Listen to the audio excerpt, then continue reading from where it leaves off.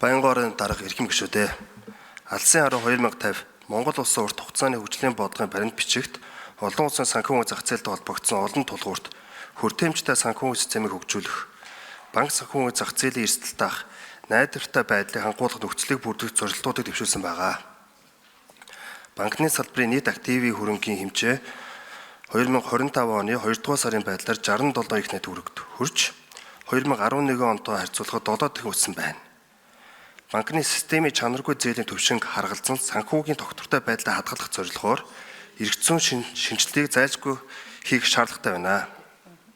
Өнөөдрийн байдлаар 13 банк 400 гаруй банк санхүүгийн байгууллага, төрийн болон хувийн хвшлийн байгууллагууд зээлийн мэдээлэл санд иргэд аж ахуйн нэгжүүдийн зээлийн мэдээллийг тогтмол нийлүүлж байгаа бөгөөд зээлийн мэдээлэл санд 1.6 сая иргэн 17,000 гаруй аж ахуйн нэгж нийт 4.7 сая зээлийн мэдээллийн өгдлийг хадгалж байна. Энэхүү их өгдлийн үр ашигтай ашиглах, зээлдэгчийн зээлжих чадварыг тоон мэдээлэлд үндэслэн үнэлэх боломжийг одоогийн үйлчлэл буй хуулиар бүрэн зохицуулагдаагүй байна. Санхүүгийн үйлчлэгний хамгийн таатай нөхцөлийг зөвхөн том аж ахуйн нэгж барьцаа хөрөнгөтэй зээлдэгчнэр хүртэхээс гадна санхүүгийн сахилга баттай иргэд аж ахуйн нэгжүүдийг урамшуулдаг нөхцөлийг бий болгох боломжтой. Өөрөөр хэлбэл санхүүгийн сахилга баттай иргэд аж ахуйн нэгжүүдийн зээлжих чадварыг барьцаанд тулгуурлаж биш, их өгдөл дэвшил технологи ашиглан тогтоож уян хатан нөхцөлтөөр зээлдэгчийн оноонд суурилсан санхүүгийн үйлчлэгээ нэвтрүүлэх хэрэгцээ орчныг бүрдүүлэх шаардлагатай байна.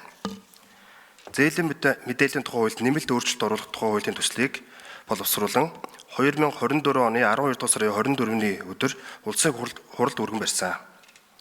Хуулийн төслөөр зээлдэгчийн зээлжих чадварыг тогтоох нэгдсэн онооны аргачлал журам баталгаар шин зохицуул тусах зээлийн мэдээллийг зээлийн давлгаанд 6 жилээр тусах зохицуултыг 6 хүртэл болгож өөрчилсөн.